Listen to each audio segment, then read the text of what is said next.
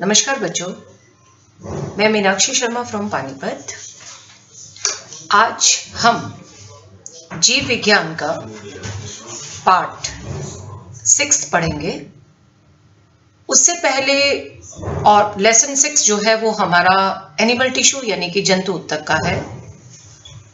पुरानी वीडियो में, पहले वाली वीडियो में हमने जंतु उत्तक का एक भाग स्टडी किया था, डिस्कस किया था, जो था एपिथेलियल टिश्यू। आज हम लोग बाकी के 3 भागों के बारे में यानी कि पेशीय उत्तक, तंत्रिका उत्तक और कनेक्टिव उत्तक के बारे में पढ़ेंगे। तो यानी लेसन है हमारा टिश्यूज और टिश्यूज का भाग क्या है हमारा जंतु उत्तक। अब आपको जो पिक्चर दिखाई दे रही है उसमें आप क्या देख रहे हैं?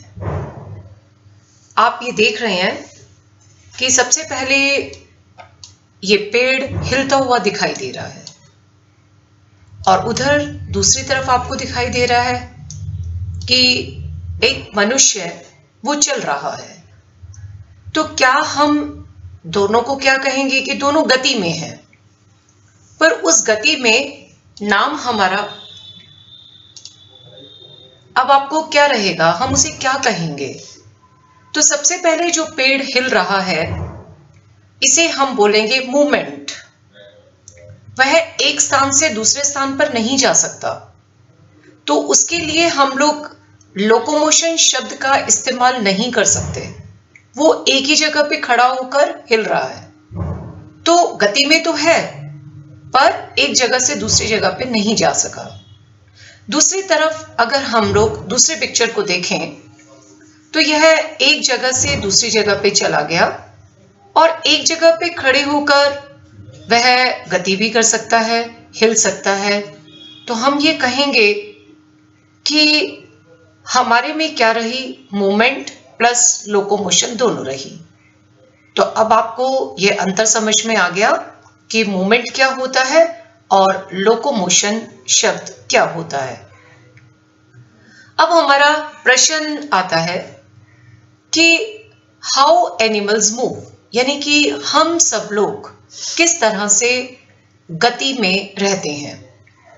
तो इसका उत्तर हमारे पास क्या है कि animals move their muscles, muscles यानी कि पेशीय। Animals move with their muscles which comprise of muscular tissue, जो हमारा आज का टॉपिक रहेगा पेशीय उत्तक। अब क्या हमारे पेशीय उत्तक शरीर में सभी जगह पे एक जैसे होते हैं? नहीं। अब आपको जो ये दूसरे पिक्चर दिखाई दे रही है इसमें आप देख रहे हो कि एक हमारा है स्केलेटल मसल्स, यानी कि जो पेशीय उत्तक हमारे कंकाल के साथ रहता है। एक कार्डियक यानी कि जो हमारे हार्ट के पास, हृदय के पास होता है। और तीसरा आप देख रहे हैं कि जो हमारे पाचन तंत्र के साथ दिखाई दे रहा है, तो वो हमारा आ जाता है। इसे हम लोग कहते हैं स्मूथ मसल्स का नाम देते हैं। तो एक बात तो हमें ये समझ में आ गई कि हमारी गति किसके साथ होती है? पेशीय उत्तक से होती है। लेकिन पेशीय उत्तक सभी जगह पे एक जैसे नहीं होते। तो हमने क्या किया? हमने पेशीय उत्तक को कितने भागों में विभाजित किया? 3 भागों में विभाजित किया। तो पहला कौन होगा? स्मूथ मसल सेल्स, दूसरा हो गया हमारा स्ट्रिएटेड मसल सेल्स और तीसरा कौन हो गया हमारा कार्डियक मसल सेल्स। अब हम जरा पढ़ते हैं यह पेशीय उत्तक हमारे शरीर में कहाँ कहाँ होते हैं और कैसे इनकी संरचना होती है। ये जितने भी ये हमारे पेशीय उत्तक हैं, ये आपको दिखाई दे रहे हैं कि ये लंबी लंबी कोशिकाओं के बने हुए होते हैं, जिसे हम क्या कहते हैं? पेशीय रेशा यानी कि मसल फाइबर के नाम से बुलाते हैं। यह पेशीय उत्तक हमारी गति के लिए उत्तरदायी होते हैं। जो अभी आपने पहले पिक्चर देखी थी, एक फोटो देखी थी कि हम लोग जब एक जगह से दूसरी जगह पे जा रहे हैं तो उस गति के लिए कौन हो गया हमारा? यह पेशीय ऊतक उत्तरदायी होता है। पेशियों में एक विशेष प्रकार का प्रोटीन होता है। वह प्रोटीन उसी प्रोटीन के सिकुड़ने वह प्रोटीन जिसका नाम है मायोसिन और एक्टिन होता है, यह सिकुड़ने वाला प्रोटीन कहलाता है। इसी का संकुचन एवं प्रसार हमारी गति के लिए होता है। अब आपको जो पेशीय ऊतक जो आपको सामने दिखाई दे रहा है, क्योंकि यह पेशीय मसल हमारी स्केलेटन यानी हमारी कंकाल के साथ जुड़ी हुई है, इसीलिए हम इसे कहते हैं कंकाल पेशीय भी कहते हैं। इसमें तुम्हें दिखाई दे रहे हैं बहुत सारे केंद्रक दिखाई दे रहे हैं, तो हम इसे बोलते हैं कि यह मल्टी न्यूक्लिएटेड होता है। तीसरा, अब हम आते हैं कि इसमें आपको दिखाई दे रहे हैं बहुत सारी ये लाइंस दिखाई दे रही हैं बीच में, जिसे हम लोग कहते हैं लाइट एंड डार्क बैंड्स कहते हैं। ये जो अलग अलग आपको जो धारियां दिखाई दे रही हैं, इन जो हल्के और गहरे रंग की धारियां दिखाई दे रही हैं, इसीलिए हम इसे क्या कहते हैं, इस वजह से इस पेशी को हम लोग रेखित पेशी के नाम से भी बुलाते हैं, क्योंकि यह हमारे कंकाल के साथ जुड़ी हुई है, इसीलिए यह ऐच्छिक पेशी होती है। इसे हम लोग कहते हैं वॉलंटरी कहते हैं। ये हमारी इच्छा के अनुसार काम करती हैं। हमारा मन कर रहा है तो तब हम इससे काम ले रहे हैं, जब हमारा मन नहीं कर रहा तो हम इससे काम नहीं ले रहे। ये बहुत जल्दी थक जाती हैं, फैटीग वेरी इजीली। अगर आप काम करते रहें तो ये बहुत जल्दी थकावट महसूस करती हैं। तो कहाँ हो गया, अब ये हमारे कहाँ से किसके साथ जुड़ गए, लिम्ब मसल्स हमारी कौन हो गई, यानी कि हमारे शरीर के हाथ और पैर जहाँ पे हमारा कंकाल है उनके साथ यह मसल्स जुड़ी हुई होती हैं। तो हमने क्या पढ़ा, मल्टी न्यूक्लिएटेड है। दूसरा, आपको एक और चित्र में दिखाई दे रहा है, ये लंबी लंबी है, जो अभी हमने बताया कि हमारा पेशीय ऊतक हमेशा लंबा होता है। ये बेलनाकार रूप में आपको दिखाई दे रही हैं। यह हमारे कंकाल से जुड़ी हुई हैं। ये वॉलंटरी होती है, हमारी इच्छा के अनुसार कार्य करती हैं, बहुत जल्दी थक जाती हैं। और आपको इसमें हल्के और आपको गहरे रंग की धारियां दिखाई दे रही हैं, जिसके कारण हम इसे रेखित पेशी भी कहते हैं। तो लाइट एंड डार्क बैंड्स आपको दिखाई दे रहे हैं, तो हमारे ये किसके साथ हो गए, हमारे हाथ पैरों के साथ यह जुड़ी हुई होती हैं। अब हम आते हैं दूसरी मसल्स के ऊपर, जिसका नाम है स्मूथ मसल्स। अब आपको ये चित्र बहुत आसानी से पहली वाली मसल से आपको दिखाई दे रहा है, बहुत अंतर साफ दिखाई दे रहा है। सबसे पहले तो आप ये देख रहे हैं कि यह उसकी तरह से, यानी हमारी स्ट्रिएटेड मसल्स की तरह से ये बेलनाकार रूप में नहीं है। यह आपको दिखाई दे रही है कि इसमें यह स्पिंडल शेप दिखाई दे रही है, यानी कि तुर्क रूपी आकार में आपको दिखाई दे रही है। दूसरा, आप इसमें देख रहे हो कि एक ही केंद्रक है, जिसे हम लोग बुला रहे हैं यूनिन्यूक्लिएटेड है। पहली वाली पेशी क्योंकि हमारे कंकाल से जुड़ी हुई थी तो वह हमारे नियंत्रण में थी, लेकिन यह हमारे नियंत्रण में नहीं है, इसीलिए हम इसे बुलाते हैं यह हमारी इनवॉलेंट्री है। वह मांसपेशी हमारी थक जाती थी, लेकिन यह नहीं, जल्दी से नहीं थकेंगी। अब आपने क्या देखा था, उसमें हल्के और गहरे रंग की धारियां दिखाई दे रही थी। इसमें ऐसा आपको नहीं दिखाई दे रहा, हल्के और गहरे रंग की धारियां नहीं दिखाई दे रही, तो लाइट और डार्क बैंड्स इसमें नहीं होते। अभी आकार की बात चली थी, वो बेलनाकार है, लेकिन ये कैसी है, आपको कैसे दिखाई दे रही है, यह स्पिंडल शेप आपको दिखाई दे रही है। अब उदाहरण, ये हमारे कहाँ उपस्थित होती हैं, यह हमारे शरीर में स्टमक यानी कि पेट, आइरिस हमारी आंखों में उपस्थित होती हैं। तो आपको ये दिखाई दे रहा है, हमने जो चित्र में दिखाई दे रहा है, हमने यहाँ पे स्टमक का पार्ट लिया और जिसके अंदर हमें यह स्मूथ मसल्स हमें दिखाई दे रही हैं। हमारी जो आहार नली में भोजन का प्रभाव होता है वह कभी भी हमारी इच्छा के अनुसार नहीं होता। तो आहार नली के संकुचन के लिए, उनके प्रसार के लिए जो मांसपेशियां काम में आती हैं उन्हें हम कहते हैं स्मूथ मसल्स कहते हैं, जो तुम्हें इस चित्र के द्वारा भी इन पेशियों को प्रदर्शित किया गया है। अब हम आते हैं तीसरी टाइप की मसल, जिसे हम कहते हैं कार्डियक मसल कहते हैं। यह नाम बता रहा है कि यह मसल हमारे हृदय में होती हैं। हृदय की गति, फिर वही बात, संकुचन प्रसार के लिए कौन सी मांसपेशी काम में आएगी, उसे हम बुलाते हैं कार्डियक मसल कहते हैं। यह एक ऐसी मांसपेशी है जो कभी भी नहीं थकती। यह लयबद्ध तरीके से लगातार कार्य करती रहती है। यहाँ पे जो मांसपेशी है उसका नाम क्या हो गया, कार्डियक मसल। तो कोई तो खास इनमें इनके फीचर्स होंगे, वो क्या है, यूनिन्यूक्लिएट। अब आपको दिखाई दे रहा है कि इसके अंदर एक ही न्यूक्लियस है, एक ही केंद्रक है। दूसरा, इनवॉलेंट्री, हमारी इच्छा के अनुसार यह कार्य नहीं करेंगे। हमारा हृदय लगातार संकुचित होता रहता है, फैलता रहता है, प्रसार करता रहता है एक लयबद्ध तरीके से। वह हमारी इच्छा के अनुसार नहीं चलेगा। डज नॉट फैटिग, कभी भी नहीं थकेगा, लगातार यह कार्य करता रहता है। इसमें भी हल्के और गहरे रंग की धारियां नजर आ रही हैं, लाइट एंड डार्क बैंड्स। यह एक ऐसी मांसपेशी है जो ब्रांच होती है। अभी तक हमारी स्ट्रिएटेड मसल भी, स्मूथ मसल भी, उनमें ब्रांचेस नहीं थे, लेकिन यह ब्रांच मांसपेशी है।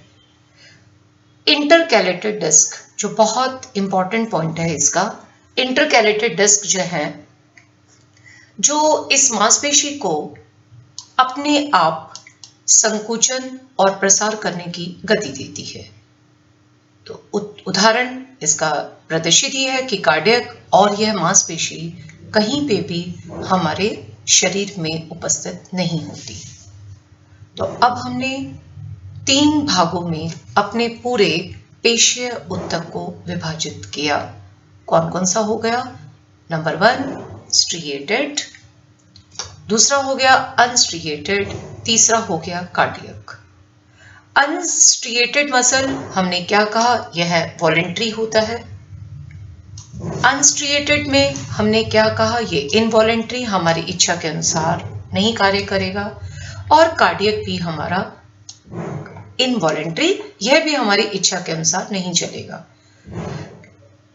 दूसरा, आपको बहुत चित्रों से यह इनका डिफरेंस, इनका अंतर दिखाई दे रहा है, स्पष्ट रूप से दिखाई दे रहा है। तो पहला अंतर जरा अब हम लोग करते हैं। अभी अभी हमने क्या पढ़ा, आपको इसमें गहरे और हरे रंग की धारियां दिखाई दे रही हैं, तो हमने इसे क्या कहा, रेखित के नाम से बुलाया।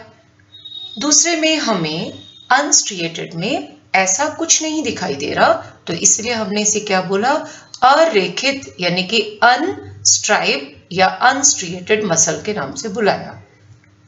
कार्डियक में भी हमें ये दिखाई दे रहा है, तो ये क्या हो गया, तो यह जो फाइबर है यह दोनों मांसपेशियों के बीच का हिस्सा दिखाता है, तो structure in between striated and non striated muscle fibre. दूसरा, हम पहले बार बार कह चुके हैं, क्योंकि यह हमारे कंकाल तंत्र से है, तो यह वॉलेंट्री है।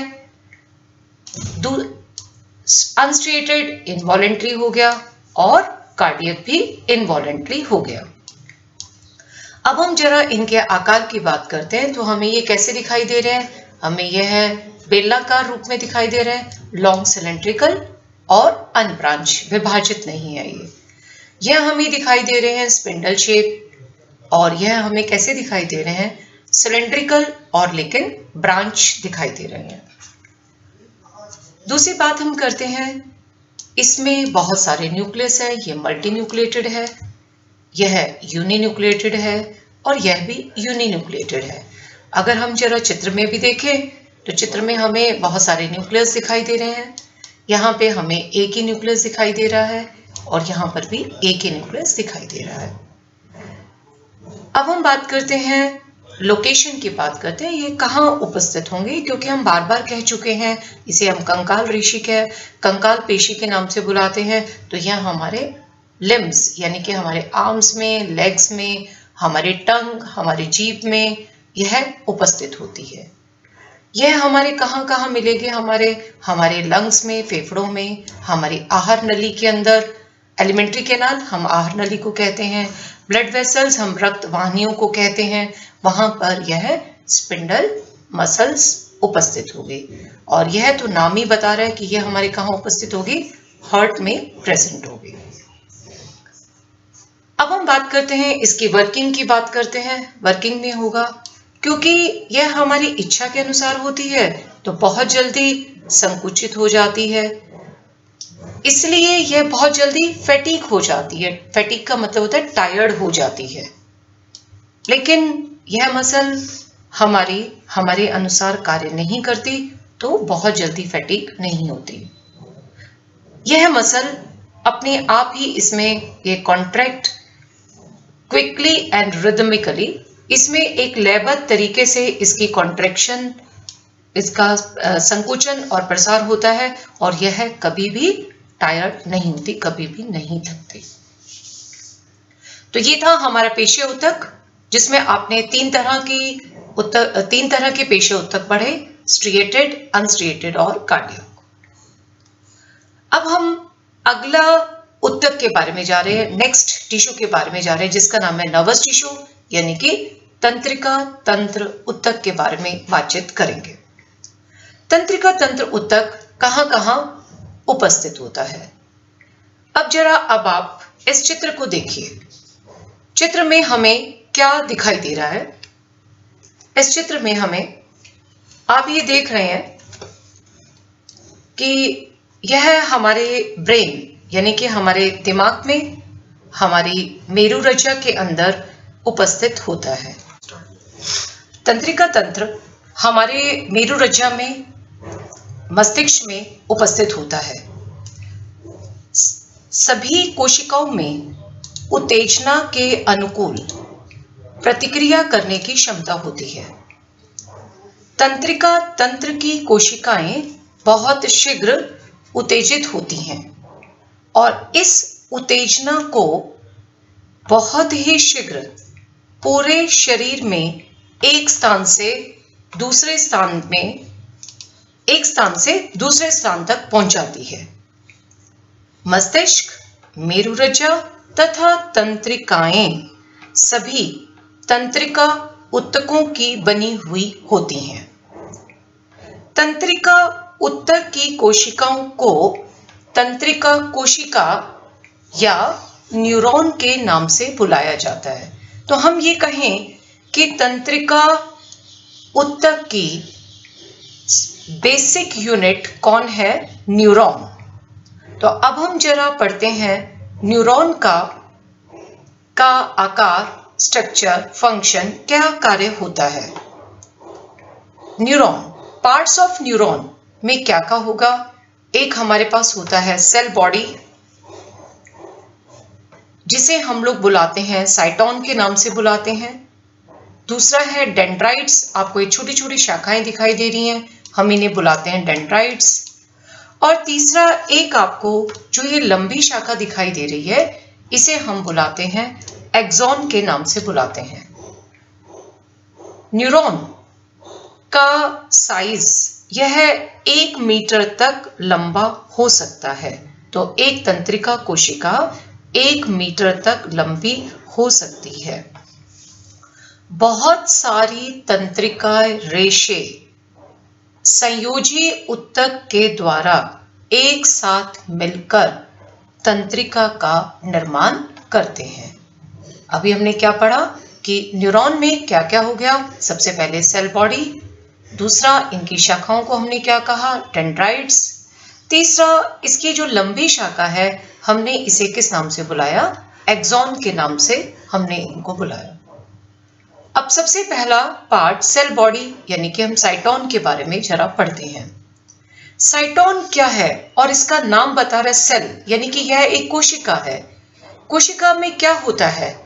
एक केंद्रक होता है, तो cell body contains central spherical nucleus यानी कि केंद्रक। दूसरा, इसमें जो कोशिका द्रव्य होता है जिसे हम कहते हैं साइटोप्लाज्म, इसमें बहुत सारी ऑर्गेनेलीज होती हैं। कौन सी ऑर्गेनेली? जो आपने एक कोशिका वाले पार्ट में पढ़ी होंगी, mitochondria, lysosomes, endoplasmic reticulum, Golgi bodies, वो सभी इस साइटोप्लाज्म में उपस्थित होते हैं। खास बात क्या है साइटोन की? हमें यहाँ पे दिखाई दे रहे हैं केंद्रक के चारों ओर नीजल बॉडी हमें दिखाई दे रही है। यह नीजल बॉडी किसकी होती है? It is the site for protein synthesis, यानी यहाँ पे प्रोटीन बनाने का कार्य होता है। तो आपने क्या पढ़ा साइटोन में? साइटोन एक सेल है। सेल में क्या उपस्थित होता है? एक केंद्रक होता है। दूसरा, इसमें कोशिका द्रव्य है जिसे हम क्या बुला रहे हैं? साइटोप्लाज्म बुला रहे हैं।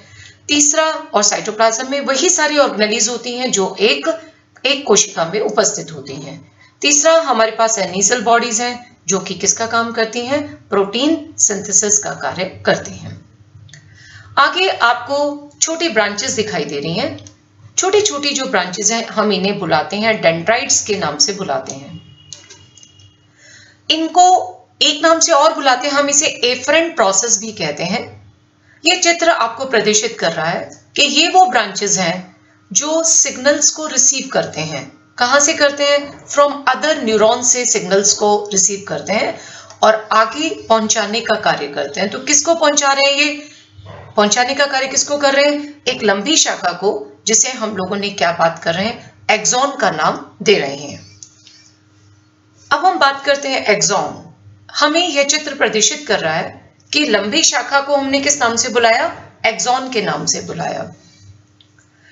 एक्सॉन के चारों ओर एक शीथ यानी कि एक कवरिंग होती है, एक सतह होती है, जिसे हम लोग बुलाते हैं माइलिन शीथ के नाम से बुलाते हैं। जिस एक्सॉन में यह माइलिन शीथ मिलेगी, हम उन्हें बुलाएंगे माइलिनेटेड फाइबर के नाम से बुलाएंगे।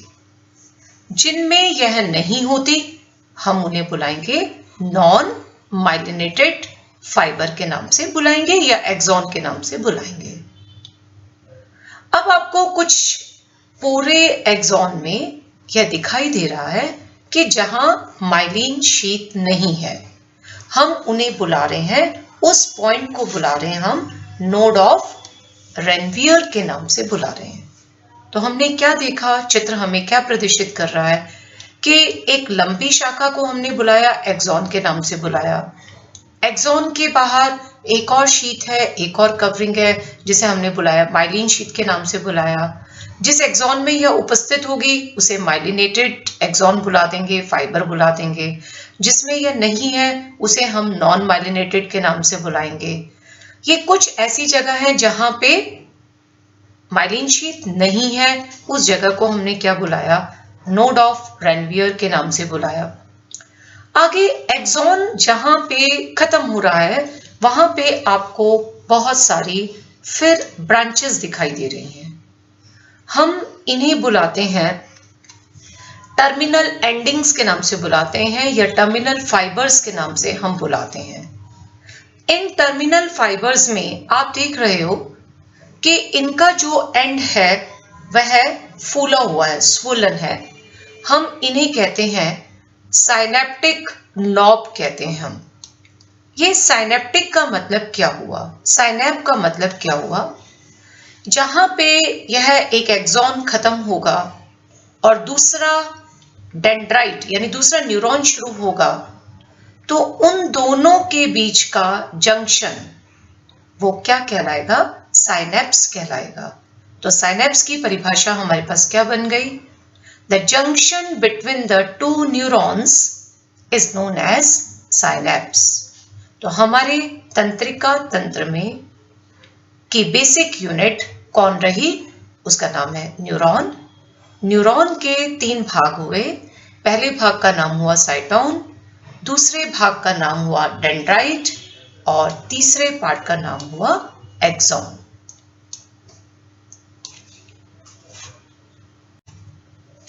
अब हमने जो पढ़ा एक बार जरा देख लेते हैं कि हमें वह टॉपिक कितना समझ में आया। तो कुछ क्वेश्चंस हम लोग डिस्कस करते हैं। पहला प्रश्न, नेम वन वॉलेंट्री मसल। ऐच्छिक पेशी के बारे में बताएं। हाँ जी, कौन? स्ट्रिएटेड मसल, जो कंकाल पेशी होती है वो हमारी वॉलेंट्री होती है। दूसरा प्रश्न, name a muscle which never fatigue, जो कभी भी थकती नहीं है। हाँ जी, कौन? यस, कार्डियक मसल, जो हमारी हृदय पेशी होती है। अगला प्रश्न है हमारा, name the structural and basic unit of nervous tissue. तंत्रिका तंत्र की बेसिक इकाई क्या है, बेसिक यूनिट क्या है? Yes, it is neuron. Very good. Intercalated disc किसमें थी? It is present in cardiac muscle. Spindle shape muscles are, हाँ जी, स्पिंडल शेप मसल हमारी होती है, इनवॉलेंट्री मसल्स होती हैं, और हमारी कौन सी होगी? स्मूथ मसल्स, जिसे हम लोग कहते हैं चिकनी पेशियक बुलाते हैं हमने। तो स्पिंडल शेप मसल्स कौन सी होगी हमारी? जो इनवॉलेंट्री है, हमारी स्मूथ मसल्स हैं। Thank you.